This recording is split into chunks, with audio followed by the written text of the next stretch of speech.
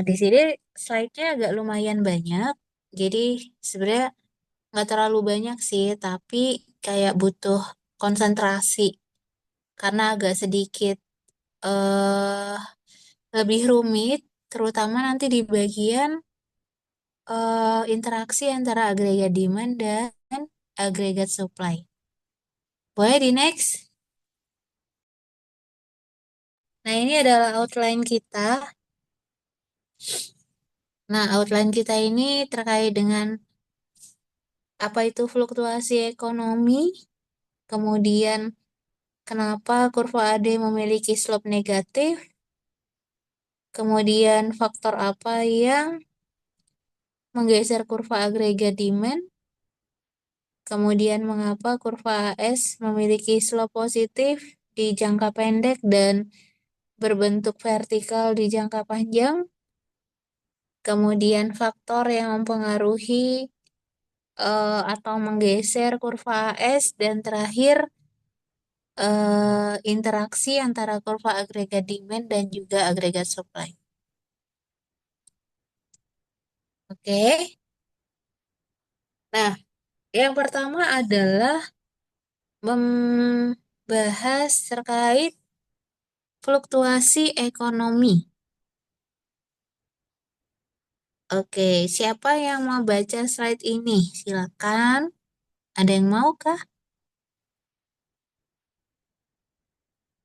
Saya boleh, Bu. Boleh, silakan kita. Apa yang dimaksud dengan fluktuasi ekonomi? Pak, dalam jangka panjang, PDB real tumbuh sekitar 5% per tahun. Dalam jangka pendek, PDB berfluktuasi di sekitar trennya. Yaitu yang pertama ada resesi, yaitu periode di mana pendapatan real menurun dan pengangguran meningkat. Yang kedua ada depresi, yaitu resesi yang sangat parah, tapi jarang terjadi. Fluktuasi ekonomi merujuk pada kondisi ketidakstabilan dalam pertumbuhan indikator ekonomi seperti PDB dan pengangguran menurut Mankiw 2010. Fluktuasi tersebut dalam jangka pendek disebut dengan siklus bisnis, yang dimana bersifat tidak beraturan dan tidak dapat diprediksi.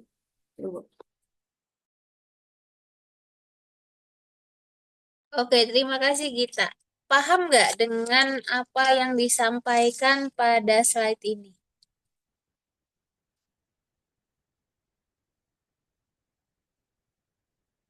Oke, kita bahas ya.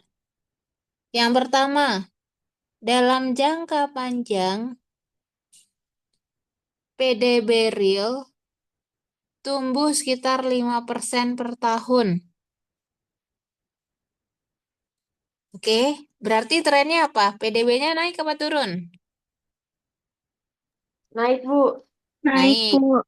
Berarti trennya dia mengalami kenaikan ya. Oke, kebayang gambarnya? Agak naik dikit, 5%. Oke, paham? Ya, Bu. Dalam jangka pendek, PDB berfluktuasi di sekitar trennya. Oke, tadi gambar garis yang trennya agak naik 5%. Berarti dalam jangka pendek dia berfluktuasi. Ada naiknya, ada turunnya. Naik, turun, naik lagi, turun lagi. Kebayang? Nah, resesi adalah periode di mana pendapatan real menurun dan pengangguran meningkat. Bisa dipahami? Jadi resesi ini adalah periode di mana pendapatan real turun dan pengangguran meningkat. Ya dong, kalau Y-nya turun berarti pengangguran meningkat dong, ya kan? Karena produksi barang dan jasa jadi lebih sedikit, maka pengangguran jadi naik. Nah, depresi adalah istilah yang menggambarkan resesi yang sangat parah. Nah, ini jarang terjadi, tapi ada, ya. Jadi depresi ekonomi yang disebut depresi itu adalah kondisi ekonomi yang mengalami resesi yang sangat parah. Jadi penganggurannya banyak banget. Kalau resesi penganggurannya naik 10%, Kalau depresi mungkin penganggurannya 50 sampai 80%. Paham ya? Oke, selanjutnya disebutkan bahwa sebelum next. Fluktuasi ekonomi merujuk pada kondisi ketidakstabilan dalam pertumbuhan indikator ekonomi seperti PDB dan pengangguran. Ini sama ya. Dan yang terakhir, fluktuasi ekonomi dalam jangka pendek disebut dengan siklus bisnis, di mana siklus bisnis ini bersifat tidak beraturan dan tidak dapat diprediksi.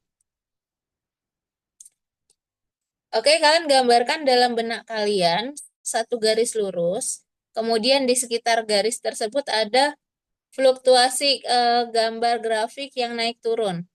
Naik turun, naik turun. Nah, yang naik turun itulah yang disebut namanya siklus bisnis. Bisa digambarkan dalam pemikirannya? Oke. Ibu.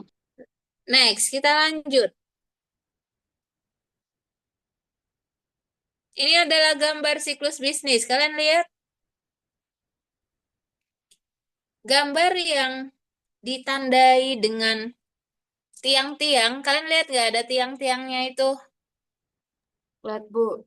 Itu adalah menggambarkan situasi terjadinya resesi. Ingat resesi itu apa tadi? Y-nya turun. Gambarnya turun kan? Itu kayak siklus bisnisnya turun ya. Jadi gambar yang grafik biru itu, itulah yang menggambarkan siklus bisnis. Oke? Gambar yang dia lagi turun, yang ada tiang-tiangnya itu adalah gambar yang menunjukkan bahwa di tiang biru itu, tiap-tiap ada tiang biru itu menggambarkan adanya resesi. Coba kalian cermati. Jadi, gambar tiang itu selalu identik dengan gambar jurang, ya kan? Ya enggak? Ya, Ibu. Ya, gitu ya. Nah, itu yang disebut namanya resesi ekonomi. Jadi, selain dia turun, ada yang kondisi naik. Maka naik turunnya itu di si grafik biru itu disebut namanya fluktuasi ekonomi. Next, kita lanjut. Apa yang dimaksud dengan fluktuasi ekonomi? Oke, siapa yang mau membaca di bagian ini? Saya, Bu. Silahkan. Apa yang dimaksud dengan fluktuasi ekonomi? Sebagian besar ekonom menganalisa fluktuasi ekonomi dengan menggunakan model AD dan AS. Model AD dan AS berbeda dengan teori klasik yang percaya bahwa ekonomi selalu berbeda pada keseimbangan. Sebagian besar ekonom sepakat bahwa teori klasik lebih menekankan kepada kondisi ekonomi dalam jangka panjang.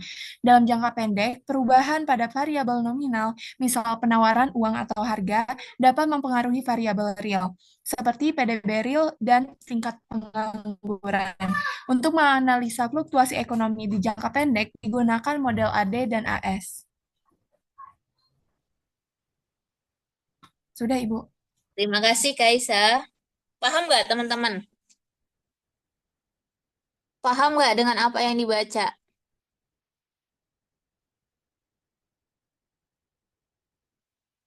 Oke, kita lihat satu persatu. Jadi, fluktuasi ekonomi oleh sebagian ekonom dianalisis dengan menggunakan model AD-AS. Kemudian, yang keduanya, model AD-AS berbeda dengan teori klasik yang percaya bahwa ekonomi selalu berada dalam keseimbangan. Jadi model AD-AS ini menggambarkan kadang ada fluktuasi di sekitar tren. Nah, itu model ADHS. Sementara ekonomi klasik selalu berpendapat bahwa ekonomi selalu dalam kondisi keseimbangan. Nah, sebagian besar ekonom sepakat bahwa teori klasik lebih menekankan kepada kondisi ekonomi dalam jangka panjang. Oke, jadi kalau ekonomi itu banyaknya bilang teori klasik ini cocoknya di jangka panjang. Nah, dalam jangka pendek, perubahan pada variabel nominal, misal penawaran uang atau harga, ini bisa mempengaruhi variabel real seperti PDB real dan juga tingkat pengangguran. Nah, untuk menganalisis fluktuasi ekonomi jangka pendek, digunakanlah pendekatan ADAS. Paham? Paham, Apa paham. yang saya sampaikan paham ya? Oke. Kita lanjutkan ke next slide. Nah, ini adalah model ADAS yang biasa digunakan untuk menggambarkan fluktuasi ekonomi. Oke, teman-teman lihat kurva yang pertama itu adalah ADAS yang berwarna biru.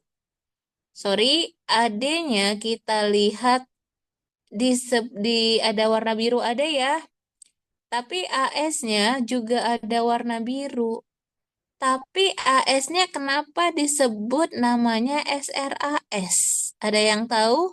Eh, Kenapa disebut SRAS? Oke, Gita, silakan. karena tapi saya tahunya itu panjangannya Bu, jadi maksudnya short term aggregate supply Bu. Short term atau short run? Short run Bu maksud saya Bu, ya itu maksudnya itu Bu. Short Oke. aggregate Nah, supply. jadi kurva supply yang slope-nya positif ini itu adalah kurva supply yang di jangka pendek sehingga disebut namanya short run aggregate supply. Oke? Oke, sebelum menganalisis lebih lanjut kurva-kurva lain, di situ ada yang warna orange, ada yang warna hijau. Kita juga lihat sumbu, kita lihat lebih dulu. Sumbu Y-nya disimbolkan dengan P. Tapi P di sini tidak berarti harga. Tapi apa artinya? P di sini melambangkan apa? Tingkat harga tulisannya, Bu. Tingkat harga, benar ya. Jadi P dalam model ADAS itu bukan harga tetapi tingkat harga. Sumbu X-nya yang disimbolkan dengan Y menggambarkan apa? Pendapatan nasional Bu. Pendapatan nasional, nasional income, jumlah output, ya, gitu ya. Nah, oke. Sekarang kita lihat si kurva AD dan AS ini bisa bergeser. Tapi yang di sini yang terlihat bergeser adalah kurva AD. Yang dia bisa bergeser ke atas ditunjukkan oleh kurva yang warna hijau, atau si AD ini bisa bergeser ke bawah ditunjukkan oleh warna orange. Nah, ketika si AD ini bergeser jadi warna hijau atau warna orange, ini akan merubah posisi keseimbangan yang tadinya di P1 dengan Y1. P1 itu kan harga keseimbangan ya, dan Y1 adalah output atau PDB real keseimbangan. Nah, ketika AD-nya bergeser, naik atau turun, maka posisi P1, P dan Y keseimbangan juga ikut bergeser. Ya, sesuai dengan posisinya naik atau turun. Maksudnya si AD-nya tuh naik atau turun. Oke ya, lanjut.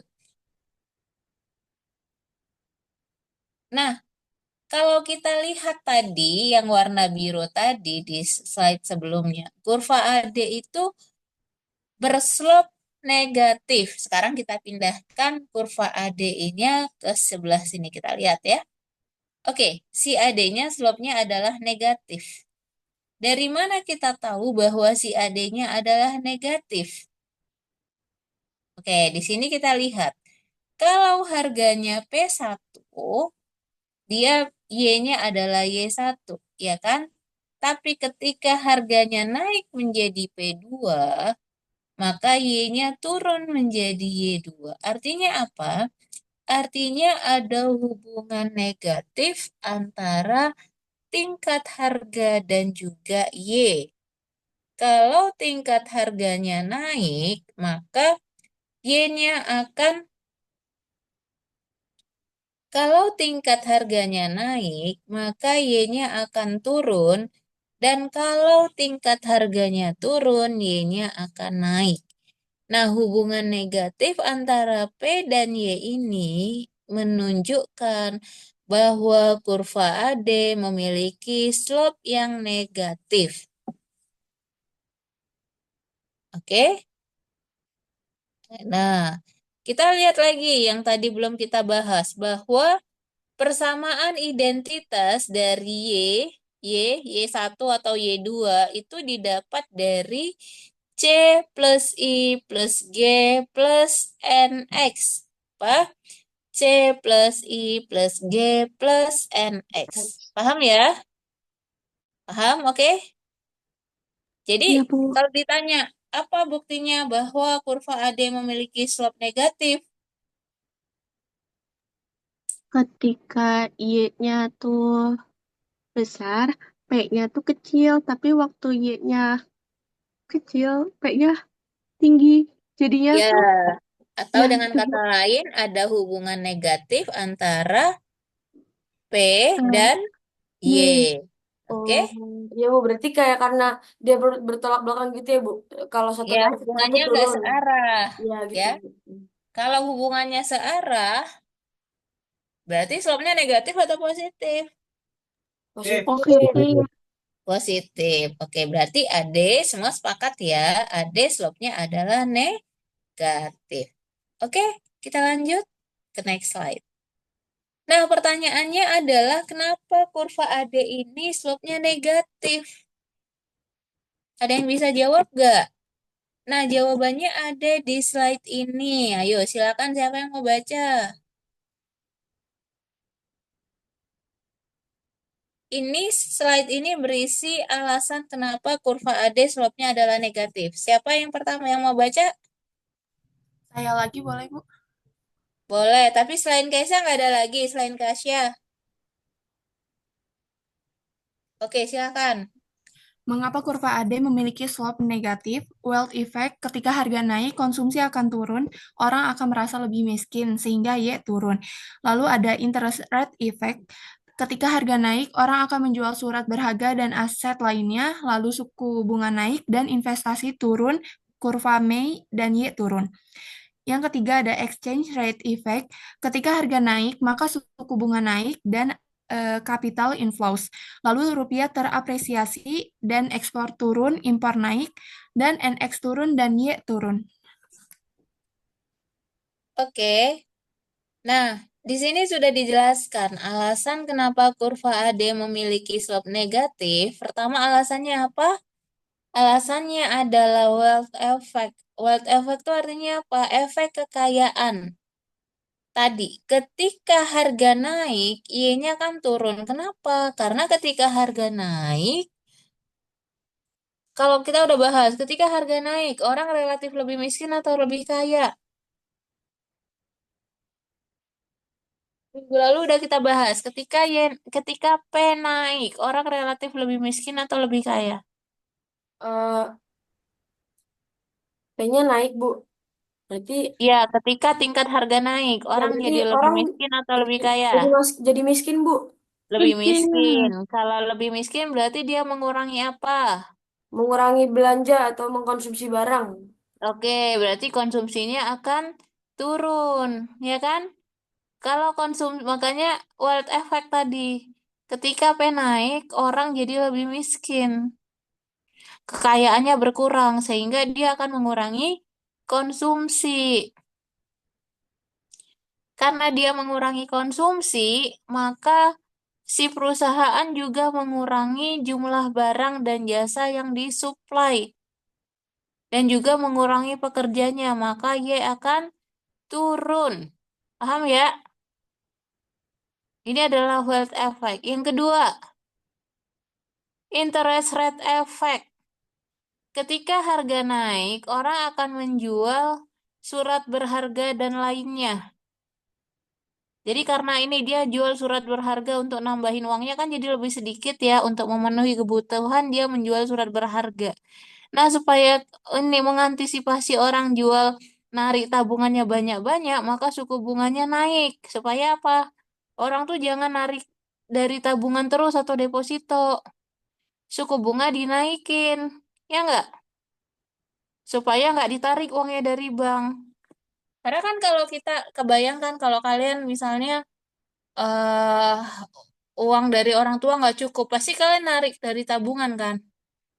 Orang lain juga sama kayak gitu. Ketika harga naik, gajinya enggak naik, ya nariknya dari tabungan. Orang bank kan nggak mau uangnya ditarik, maka suku bunganya dinaikin ya nggak sih? Dikasih iming-iming, jangan ditarik uangnya. Ini suku bunganya gue naikin loh, gitu. Nah, tapi efek dari suku bunga naik ini, investasi akan turun. Nah, efek dari investasi yang turun ini digambarkan oleh kurva MEI, Marginal of Efficient Investment. Itu ya, dimana kalau suku bunga naik, investasi akan turun.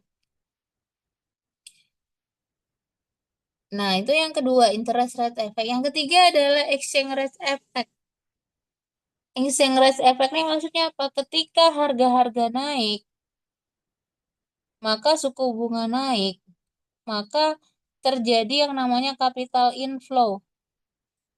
Capital inflow itu modal masuk ke dalam.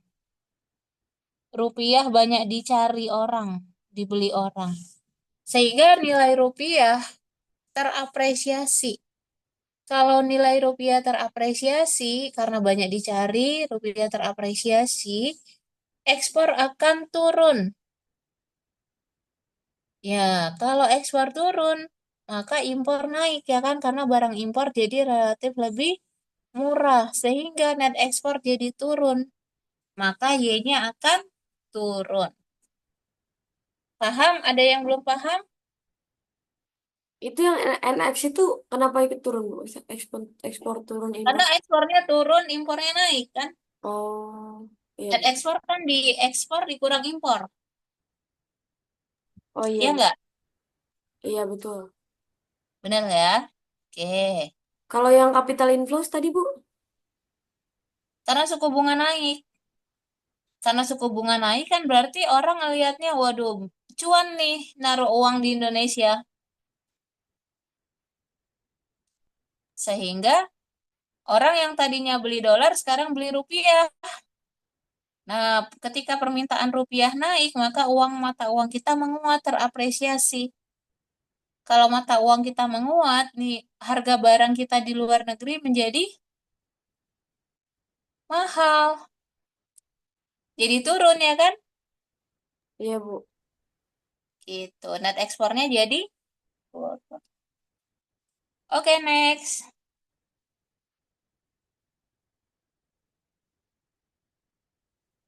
Oke. Faktor apa yang dapat menggeser kurva AD?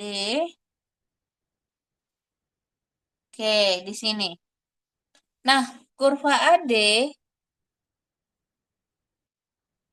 tadi kalau di sini coba di dua slide sebelumnya yang menggambarkan hubungan negatif.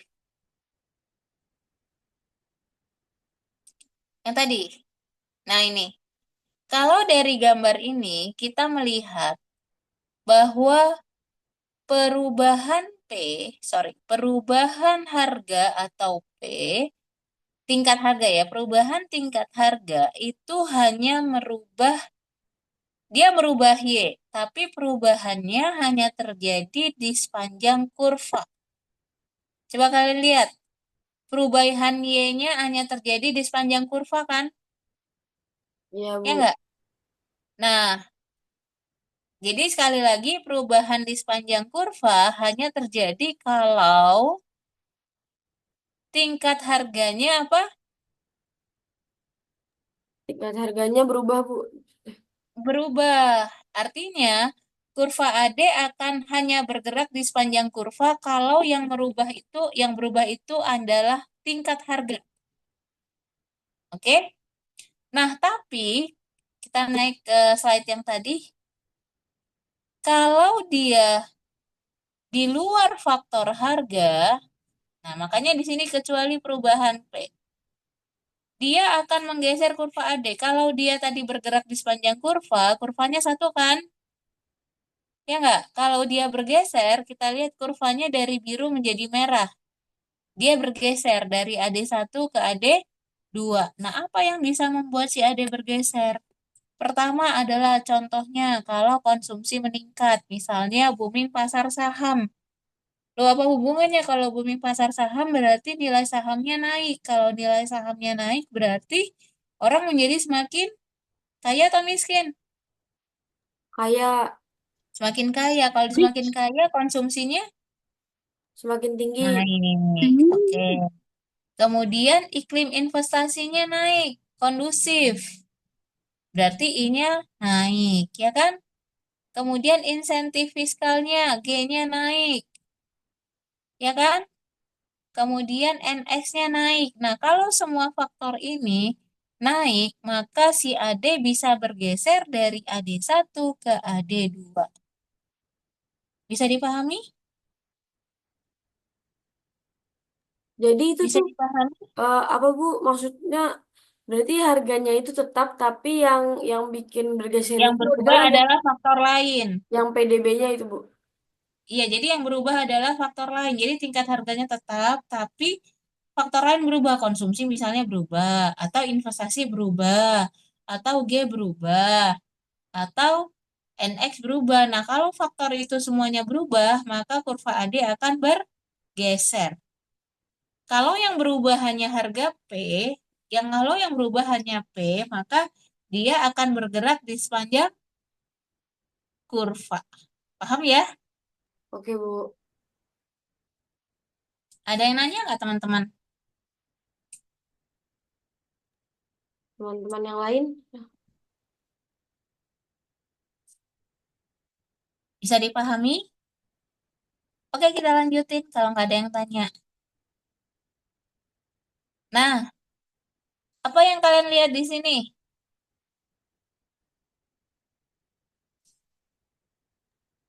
kurva LRAS sama SRAS, Bu.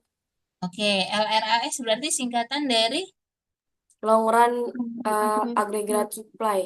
oke, supply. long run aggregate supply. SRAS, short run aggregate supply. Nah, kalian lihat nih. Kurva AS yang long run-nya dia gambarnya vertikal, tegak lurus ke atas. Sementara yang jangka pendek, short run aggregate supply, dia memiliki slope yang positif. Nah, jadi di sini kita lihat kurva AS memiliki sifat satu. Dalam jangka pendek, dia memiliki slope positif. Dalam jangka pendek, dia vertikal. Teori klasik berlaku, di mana harga tidak mempengaruhi Y. Baik, lihat. Karena LRAS ini bersifat vertikal atau tegak lurus dalam jangka panjang, maka perubahan harga tidak merubah Y atau tidak dapat mempengaruhi Y. Y0 disebut dengan potensial, oke? Atau full employment output. Jadi pada saat LRAS, Y yang terjadi adalah Y full employment atau Y potensial, sama dengan Y potensial. Kenapa? Karena semua sumber daya sudah digunakan secara penuh. Saya nanya, Kamal ada nggak Kamal? Amal sepertinya masih belum, Bu. Ada, Bu. Oh, ada, udah Oh ada. ada. Oh ada. Kamal kenapa Y-nya? Bu, Ya ada, oke. Bu. Kamal dengar suara saya? Kedengeran, Bu. Oke Kamal, kenapa pada saat long run aggregate supply, Y yang terjadi disebut Y potensial atau Y full employment? Coba Kamal silakan dijawab. YN ya Bu ya, kenapa disebutnya? Ya, Y potensial atau Y full employment? Aduh, karena pada saat eh ini Bu, maaf Bu, gak bisa jawabnya Bu. Kenapa nggak bisa jawab? Kamu baru bangun.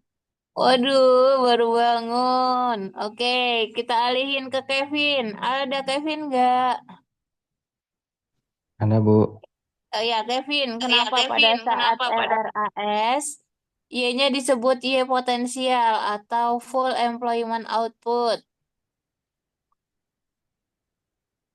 Mungkin karena LRAS itu harganya tidak mempengaruhi ya, bukan, Bu? Iya, tapi kenapa? Hmm,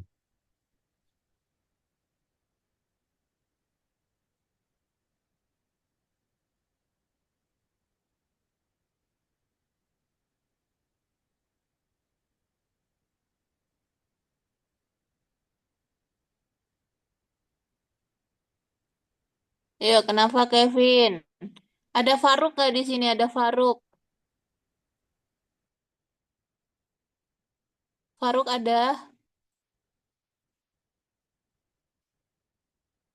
Faruk ada? Faruk?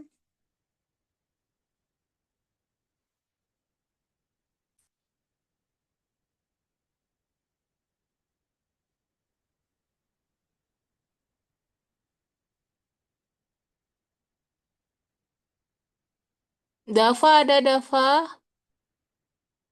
Ya, hadir, Bu. Oke, Dava, coba bisa jawab nggak? Kenapa pada saat LRAS Y yang terjadi adalah Y full employment atau potensial?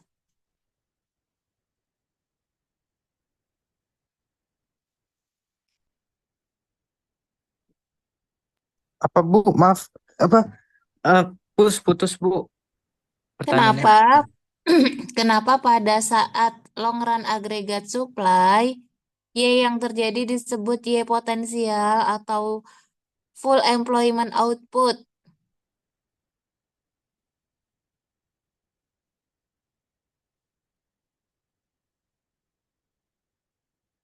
Ayo, ini keluarin aja nanti Bentar, di Bu. ujian ya. Ayo, ayo, ayo, bisa nggak?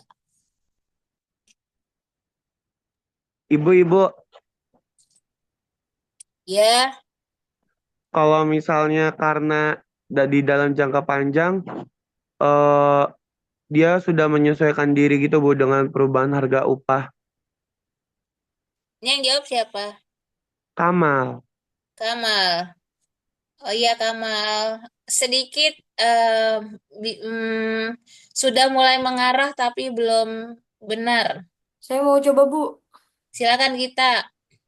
Kalau menurut saya, kenapa disebut dengan potensial atau full employment output? Karena pada jangka panjang itu kan harga itu tidak mempengaruhi ya, tidak mempengaruhi Y. Karena harganya itu tidak mempengaruhi, maka jumlah barang ataupun jasa yang dihasilkan itu bisa maksimum gitu Bu, atau disebut dengan full employment output. Jadi dia bisa mengerahkan semua outputnya itu eh, maksimum karena harganya itu tidak mempengaruhi gitu Bu. Kebalik ininya. Apanya Bu? Udah, penjelasannya kebalik. Ada lagi yang mau menyempurnakan?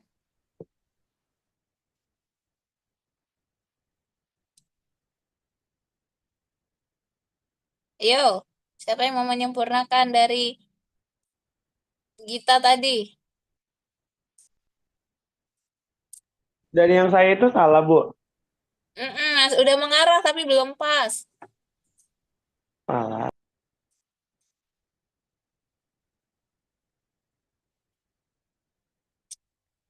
Oke, dengar baik-baik ya. Oke, guys, dengar baik-baik.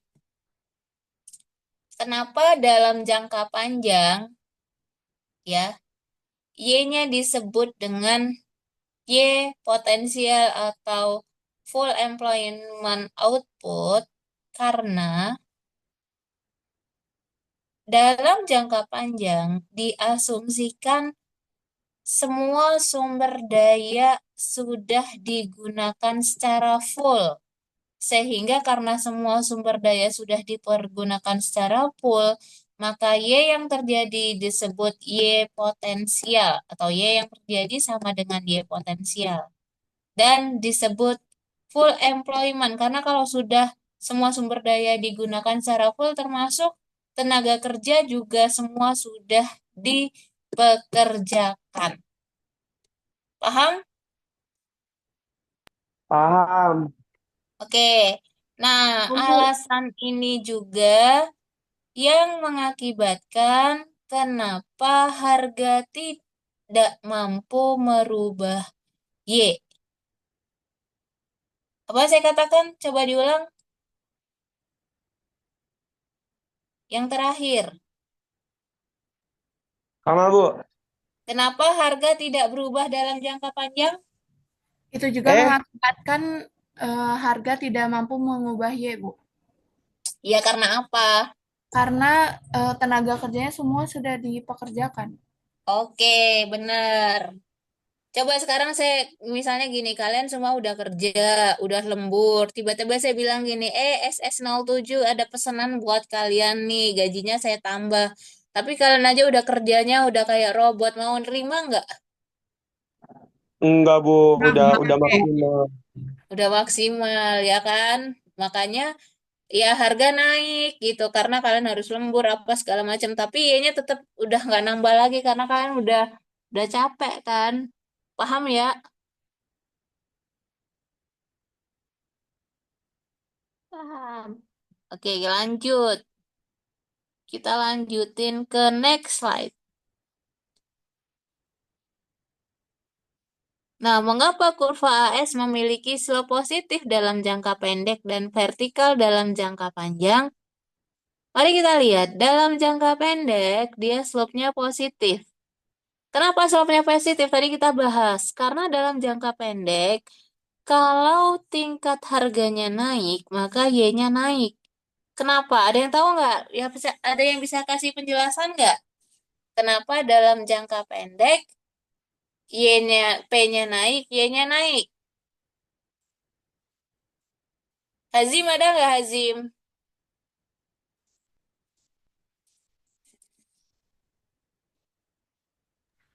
tidak ada yang namanya Hazim, Bu, sepertinya, Bu. Ah, nggak ada yang namanya Hazim. Tidak ada, Bu. Eh, siapa ya? Hafiz.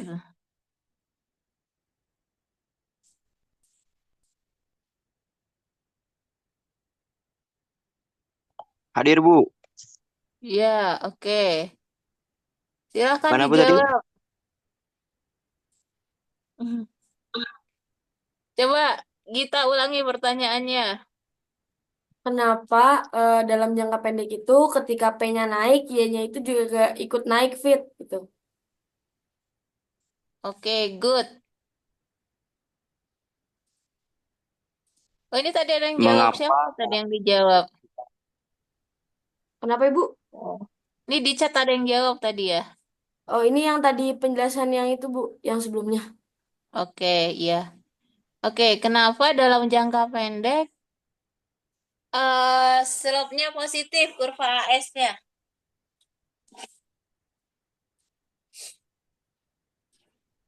Mungkin karena perusahaan terdorong juga meningkatkan produksi, Bu. Oke, karena ini ada yang jawab juga di chat. Elastisitas terhadap perubahan harga sehingga produsen cenderung merespon kenaikan harga dengan meningkatkan produksi. Oke, bagus sekali. Ya, jadi karena dia slow positif, ingat ya kalau supply itu agregat supply atau kurva supply itu kan perspektifnya dari si produsen gitu ya. Jadi kalau harganya naik ya pengennya jual lebih banyak gitu ya. Sehingga ketika tingkat harga naik, perusahaan-perusahaan lain pada berlomba-lomba menawarkan barang lebih banyak. Sehingga slope-nya adalah positif. Oke, next. Nah, kenapa dalam jangka panjang dia slope-nya vertikal? Tadi belum dibalas ya. Kenapa dalam jangka panjang vertikal? Ya jawabannya tadi ya, karena semua sudah digunakan.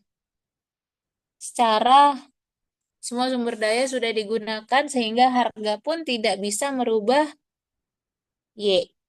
Gitu kan? Oke, next.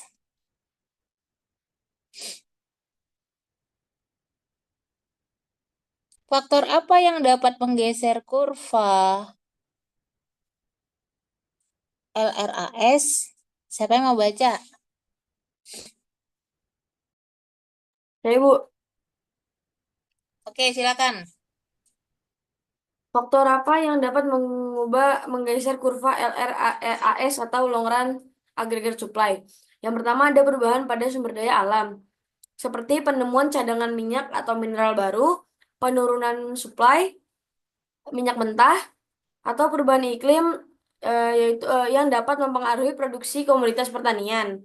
Lalu yang kedua ada perubahan teknologi, seperti perkembangan teknologi yang mendorong peningkatan produktivitas. Seperti pada kurva ini, Bu. Oke, jadi kurva LRAS ini, kalian lihat yang tegak lurus itu, ya kan? Itu namanya LRAS.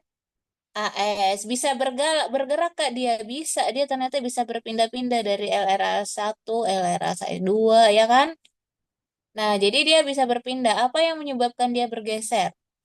Yang pertama adalah perubahan pada sumber daya alam. Oke?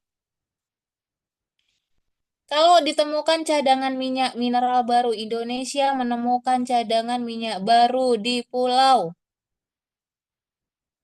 Pulau apa misalnya? Di Pulau Madura. Di sini banyak orang Madura nggak? Banyak, Kak. Berarti agregat supply kita, long run agregat supply kita bergeser kemana? Ke Kiri, ke kanan, kiri atau kanan? penurunan. Penemuan minyak. Penemuan cadangan minyak bergeser ke kiri atau kanan? Ke Kanan. kanan, Bu, kanan. Kanan. Ya kan? Kalau penurunan supply,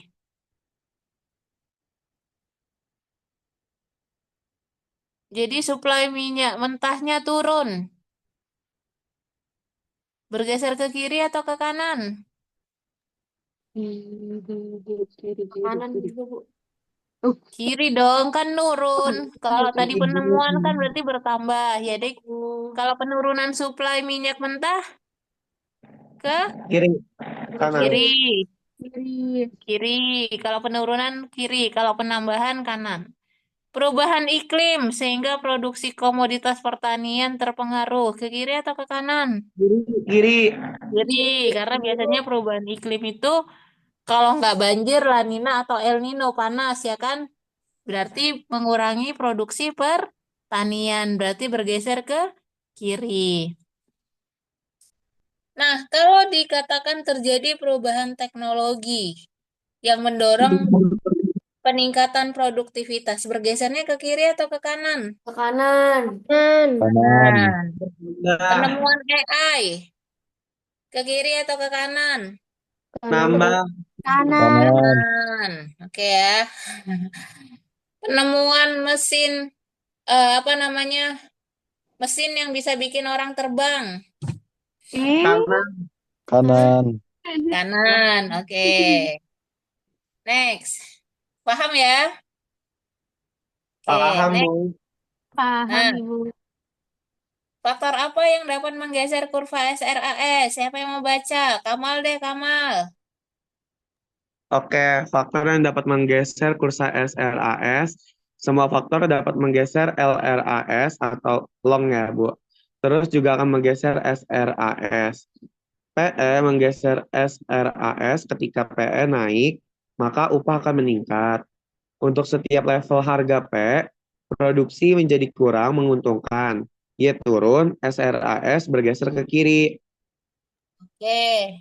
Jadi semua faktor yang menggeser LRAS juga menggeser SRAS. Contoh, kalau misalnya P naik, upah meningkat, maka peningkatan upah ini menggeser apa? SRAS ke kiri Atau atas. Kalau harga BBM naik, SRAS bergeser kemana? kiri atas, Oke, gagal panen. kiri atas. Oke, sip. Kita lanjutin. Next. Ini gambarnya ya, dia bergeser ke kiri atas. Nah, selanjutnya, next. Keseimbangan jangka panjang. Nah, ini kita lihat. Coba kita lihat gambarnya. Yang jangka panjang itu yang warna orange, LRAS, oke? Nah, pada jangka panjang, di situ kita lihat yang biru yang pertama kali adalah warna biru keseimbangan pertama, yaitu ADSRAS yang pertama, oke? Nah, kemudian SRAS-nya berubah nih, misalnya pada saat COVID. Karena lockdown, dia bergeser ke kiri. Ya kan? Kan COVID nggak bisa beli sembarangan, dilarang keluar rumah, nggak ada yang jajan, nggak orang nggak bisa pergi kemana-mana. Maka SRAS-nya bergeser ke kiri, ya kan? Iya, Bu.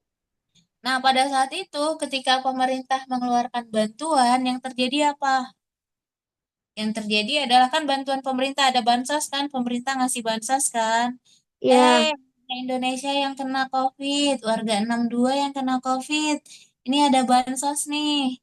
Nah, ada bantuan dari pemerintah, maka si AD-nya naik. Dia naik jadi ke warna hijau. Nah, dari situ terjadi keseimbangan yang baru. Awalnya tadi keseimbangan kan ada di PE, ya kan? Ketika iya, Bu. terjadi COVID, bergeser ke kiri, keseimbangan baru terjadi, Y-nya turun, ya kan? Ada Iya, bantuan pemerintah, maka Y-nya naik lagi ini ke YN, tapi P-nya jadi naik. Paham? Paham. Oke. Next, kita lanjut. Nah, ini adalah interaksi antara kurva ADAS. Siapa yang mau baca? Naura, Bu. Silakan. Interaksi antara kurva AD dan AS. Misalkan terdapat suatu kejadian yang menggeser kurva AD dan atau AS. 4 langkah dalam menganalisa fluktuasi ekonomi. 1. Tentukan kejadian apa yang menggeser kurva AD atau AS. 2. Tentukan apakah kurva AD atau AS bergeser ke kiri atau ke kanan. 3. Gunakan gambar kurva AD AS untuk mengetahui dampaknya terhadap perubahan Y dan P. 4. Gunakan gambar kurva AD/AS untuk mengetahui bagaimana ekonomi berubah dari kondisi keseimbangan jangka pendek ke jangka panjang yang baru. Jangka pendek yang baru ke jangka panjang yang baru.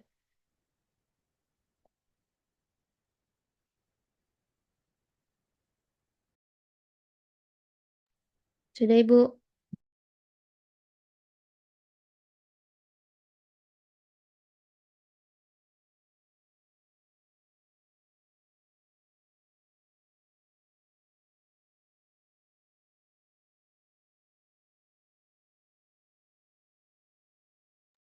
Halo Ibu.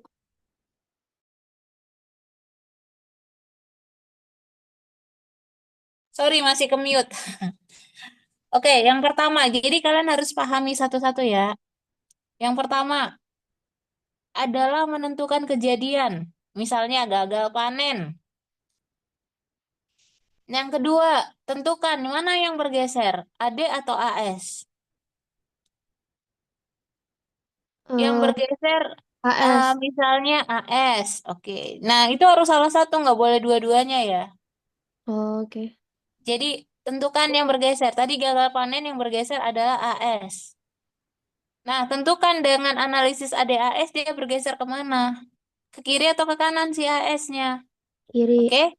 Terus Oke. dampaknya apa? Kalau dia bergeser ke kiri, berarti keseimbangan berubah kan? Y-nya bergeser ke berkurang, tapi P-nya menjadi Ke atas. naik. Ya nggak? Iya, Bu. Nah, kemudian selanjutnya, kalau hasilnya ada kebijakan pemerintah, dan lain-lain. Oke, nanti sekarang kita praktek. Next slide.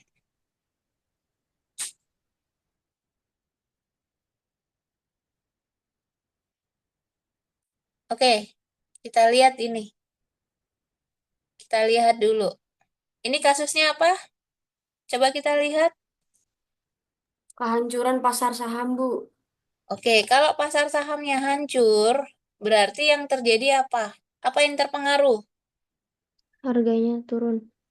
Enggak. Kalau konsumsi sahamnya, kalau sahamnya turun, orang jadi lebih kaya atau lebih miskin? Miskin, Bu. Lebih miskin. Kalau dia jadi lebih miskin, yang terpengaruh apa? Ade, Adanya, Bu, ade berarti adanya. Di bagian konsumsi kan? Konsumsi itu Ya, bagian AD, berarti yang Ade. bergeser kurva AD, ya kan? Ade. Iya, Bu. Awalnya kan coba kita lihat di sebelah gambar sebelah kiri. Awalnya kan keseimbangan AD AS-nya biru kan? Ya enggak? Mm-mm, betul. Nah, karena pasar saham turun, si AD bergeser jadi warna Merah. merah. Kebayang kan? Nah, Mm-mm. apa yang terjadi? Jadi keseimbangannya A. Karena AD-nya bergeser ke AD2, maka kita lihat P-nya turun dari P1 ke P2. Tapi Iya. Y-nya juga turun dari YN ke D ke Y2. Ini yang terjadi deflasi, ya kan? Iya. Nah, kemudian kita lihat ya. Di sini Y-nya lebih rendah. Nah, kalau misalnya kondisinya seperti ini, kan berarti kalau YN bergeser ke Y2, berarti kan pengangguran banyak ya. Mm-mm. Kalau penganggurannya banyak, artinya apa? Kalau orang udah nganggur, mereka mau dibayar lebih murah nggak? Mau. Mau, Mau, Bu. ya kan? Ya Iya. udahlah, kita nggak apa-apa lah. Yang tadinya gajinya 10 juta nggak apa-apa dibayar 2 juta, yang penting bisa makan, ya kan? Nah, karena harga turun, upah turun, maka banyaklah kemudian di-hire lagi sama perusahaan. Sehingga di sini kita lihat Y-nya naik dari Y2 ke YN lagi. Dan harganya jadi lebih rendah. Kenapa? Karena si si tadi orang-orang yang nganggur banyak itu mau dibayar lebih murah sehingga Rendah. tingkat harganya jadi turun. SRAS-nya dulu naik dari SRAS 1 ke SRAS 2 sehingga keseimbangan yang baru P3 itu harganya lebih rendah. Kenapa? Karena tadi banyak orang yang nganggur mau dibayar lebih murah sehingga tingkat harga yang terjadi menjadi lebih rendah dan Y-nya kembali ke YN. Ngomong-ngomong saya nggak rekam ya tadi ya. Oh, direkam ya Kamu, Bu. sama Saya, saya oke, rekam. sama kita ya. Ya. Oke. Kebayang ya. Jadi Y-nya kembali ke YN dengan tingkat harga yang lebih rendah. Paham? Paham, Bu. Oke, next next analisis. Nah, di sini adalah peningkatan harga minyak. Coba kita lihat, yang pertama adalah ketika harga minyak naik, maka biaya-biaya meningkat.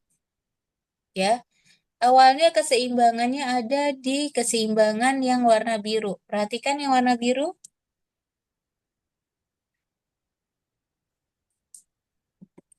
Perhatikan yang warna biru ADAS-nya. Oke. Iya. Kemudian karena harga minyak meningkat, lihat yang bergeser si AS atau si AD. AS, AS. Bu. AS kenapa? Karena biaya-biaya meningkat. Sehingga si AS-nya bergeser, SRAS-nya bergeser ke kiri atas. Dampaknya apa? P-nya naik, Y-nya turun. Turun. Oke? Oke. Berarti di sini terjadi apa? Y-nya turun, P-nya naik, terjadi yang namanya stagflasi. Apa itu stagflasi? Kondisi di mana output Di turun, mana output turun, terus tingkat harganya harga naik. naik. Oke. Next slide. Nah, kejadiannya sama. Kalau pemerintah tidak mengeluarkan kebijakan untuk merespon kejadian tadi, apa yang terjadi? Tadi kan terakhir P-nya naik ya dari P1 ke P2, ya kan? Nah, Iya, Bu. kalau asumsinya pemerintah tidak merespon kejadian tersebut dengan kebijakan ekonomi, misalnya pemerintah nggak langsung ngeluarin BLT ataupun bansos. Nah, kita lihat kondisi resesi tadi, ya stagflasi tadi di mana Y-nya turun, harga naik, ini akan secara alami, kayak yang tadi, secara alami karena tingkat harga banyak yang nganggur, maka upah akan turun, upahnya akan turun itu kemudian perusahaan merekrut lagi dengan harga yang lebih murah dan efeknya SRAS-nya bergeser ke SRAS 1. Sehingga keseimbangannya dia dari titik B kembali lagi ke titik A. Jadi Y-nya kembali ke YN dan harganya dari P2 ke P1 jadi turun. Jadi cerita dari B ke A itu hanya terjadi kalau pemerintah tidak merespon atau membuat kebijakan untuk merespon kejadian tadi naiknya harga BBM atau minyak. Nah, sebaliknya, kalau pemerintah menggunakan kebijakan, ya, kalau pemerintah menggunakan kebijakan, berarti dampak kebijakan itu kan G-nya berarti ditambahkan. Dampak kebijakannya berarti apa? Dia menggeser AD. Maka dari titik B bukan ke titik A, tapi berpindah ke titik C. Kenapa ke titik C? Karena tadi tambahan dari kebijakan fiskal dari pemerintah itu menaikkan G, dan akibat kenaikan G, AD-nya naik. Kita lihat AD-nya naik, lihat agregat demand yang warna hijau. Sehingga keseimbangan yang baru terjadi adalah perpindahan dari titik B ke titik C.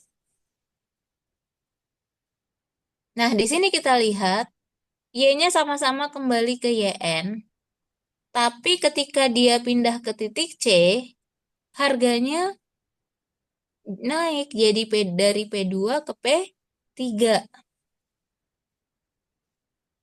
Y-nya kembali sama-sama ke YN. Oke, paham atau ada yang masih bingung? Sebentar, Bu.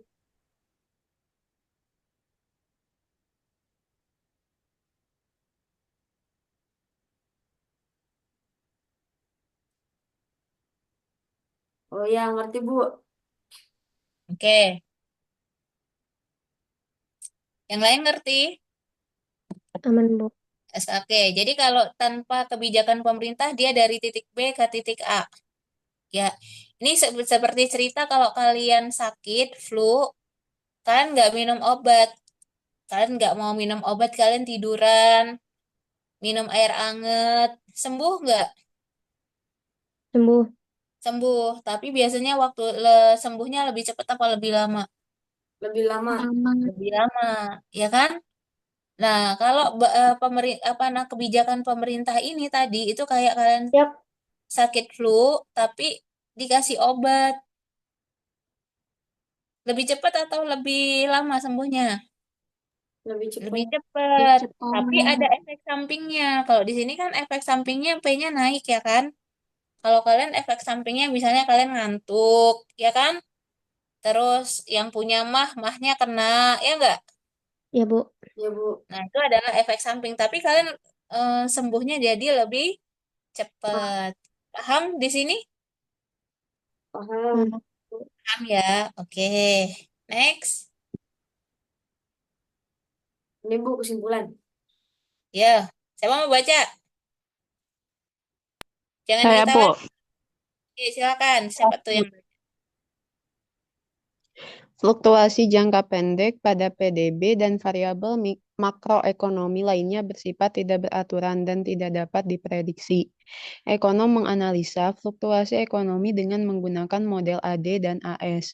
Kurva permintaan agregat atau AD memiliki slope negatif karena perubahan pada harga memiliki Wolff effect pada konsumsi.